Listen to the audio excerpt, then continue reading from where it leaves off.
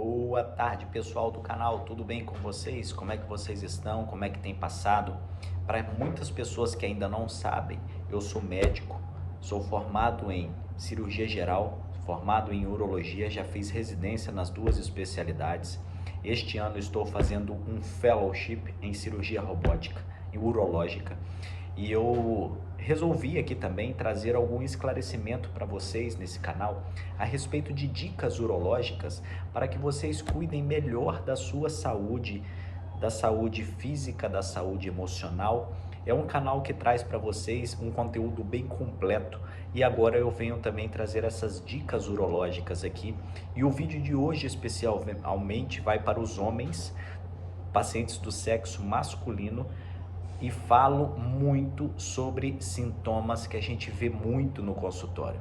Os pacientes chegam se queixando muito desses sintomas, são sintomas que incomodam bastante, são sintomas que de certa forma prejudicam de forma importante a qualidade de vida desses pacientes e muitas das vezes esses pacientes têm até uma piora na sua rotina diária pelo fato de muitas das vezes não terem dormido bem pelo excesso de sintomas e automaticamente a sua rotina, a sua vida profissional, a sua vida conjugal, a sua vida interpessoal fica prejudicada por conta disso.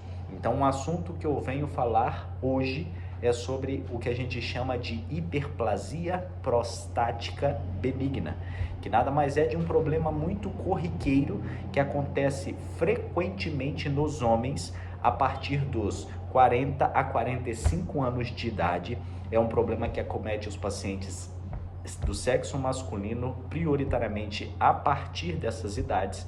E podemos dizer estatisticamente que pacientes acima de 50 anos têm 50% de chance de desenvolver esses sintomas e pacientes acima dos 70 anos chegam a impressionantes 90% estatisticamente de chances de desenvolver esses sintomas. Eu vou estar esclarecendo um pouquinho sobre esse tema para que a gente possa trazer uma informação de qualidade e os pacientes venham encontrar o urologista o mais rápido possível para que venham dar início ao seu segmento rotineiro e o segmento regular para que venham viver da melhor forma possível, tenham uma qualidade de vida e se sintam bem de uma forma geral, de uma forma global. Então, como sabemos, a próstata, ela é uma glândula, então ela produz certas substâncias importantes para o nosso corpo, do sexo masculino. Lembrando que homens somente têm próstata, então esse vídeo é dedicado a pacientes do sexo masculino, mais uma vez frisando. É muito importante o conteúdo. Se você tem algum paciente, se você tem algum familiar que você vai identificar que ele se queixou desses sintomas, compartilhe esse vídeo para que o esclarecimento chegue ao maior número de pessoas possível.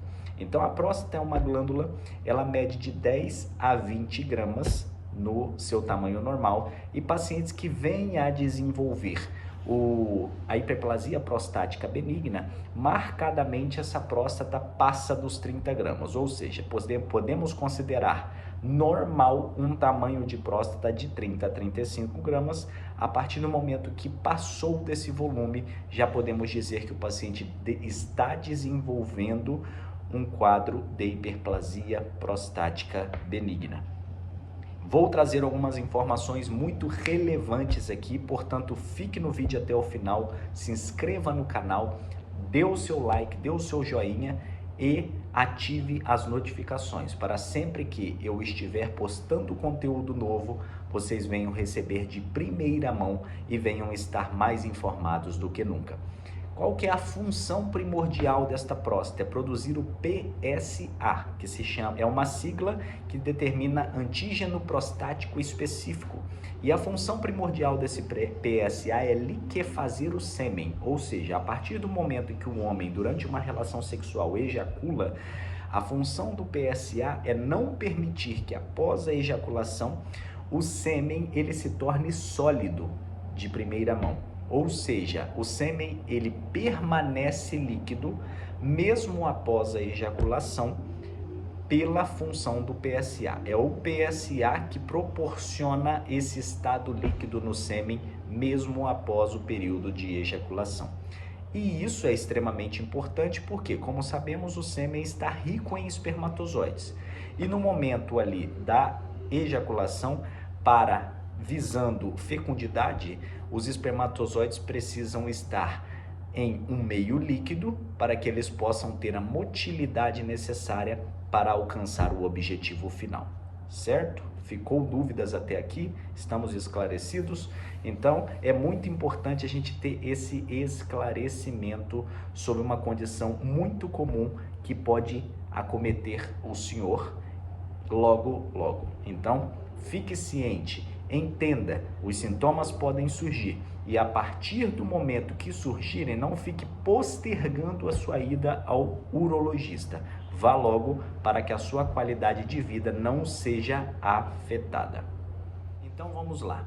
Quais os sintomas que eu posso desenvolver a partir do momento que eu tenho essa condição chamada hiperplasia prostática benigna? Me esclarece, doutor, pelo amor de Deus. Então vamos lá. Aumento da frequência urinária. Aumento dos números de micções, ou seja, das vezes que o senhor acorda à noite para ir ao banheiro urinar. Isso acontece pelo fato de todas as vezes que o senhor urina, pela próstata ter crescido para dentro do canal, ou seja, insinuado para dentro da sua uretra, ela não permite com que a sua bexiga esvazie completamente. Por esse fato, a bexiga fica sempre acumulando um volume de urina e ela não tem a capacidade de esvaziar por completo. Por esse motivo, todas as vezes que o senhor deita à noite, seu organismo relaxa, a próstata também, de uma forma geral, ela pode relaxar lá, te dá mais vontade de urinar, porque a bexiga começa a contrair.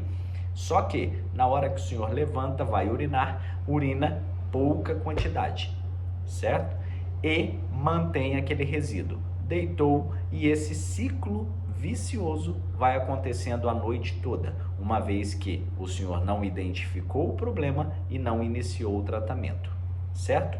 Outra coisa muito importante é o gotejamento miccional após as micções, ou seja, o senhor vai no banheiro, urina e a partir do momento que se veste novamente, sempre fica aquela cueca molhada. Isso também é um terror, por conta de, muitas das vezes, são pessoas, são pacientes muito ocupados, que têm uma rotina muito corrida, pacientes que vão para reuniões importantes e esse mau cheiro, por conta do gotejamento urinário, fica incomodando, pode causar um mal-estar e pode piorar a qualidade de vida e te privar de certos compromissos que seriam importantes na sua vida. Portanto, não é agradável. Outra coisa importante é a sensação de esvaziamento vesical incompleto. O que é isso? É aquela vontade que o senhor tem de urinar logo após urinar.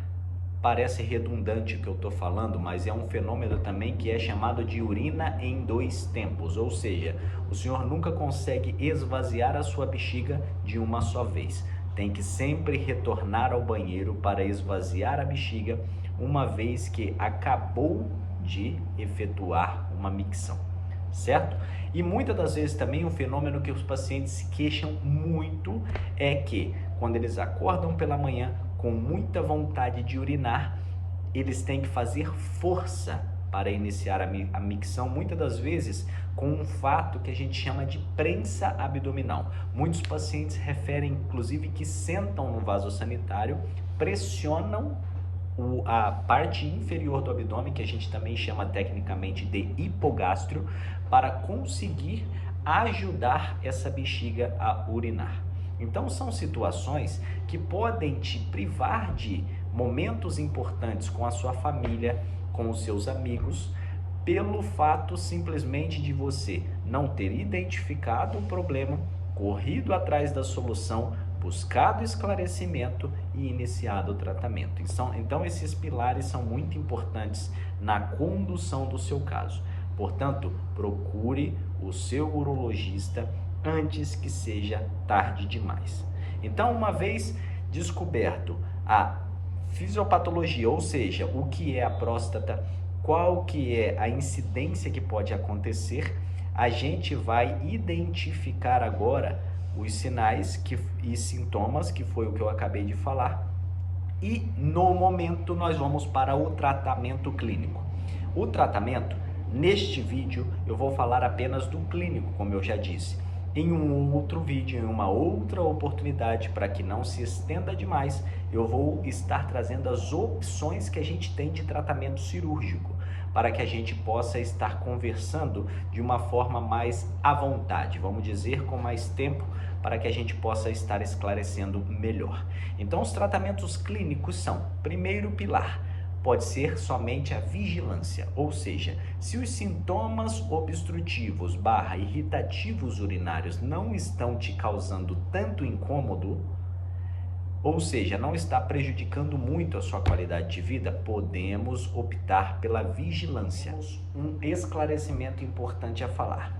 Muitos homens, eles têm muita vergonha de ir ao médico, até pelo fato de muitos nunca terem ido. Então, o que eu oriento, vá desarmado ao médico, vá com o coração aberto para você esclarecer de todas as formas possíveis os seus sintomas, para que o tratamento seja instituído de forma mais breve possível e o senhor viva com melhor qualidade de vida. Então, o que é importante frisar? Numa primeira consulta com o urologista, a gente vai tentar identificar de uma forma geral como que está sendo a vida do senhor. Então, qual que é o seu padrão sexual? Como que é a sua rotina? Qual que é o consumo, a sua hidratação diária que o senhor tem por hábito?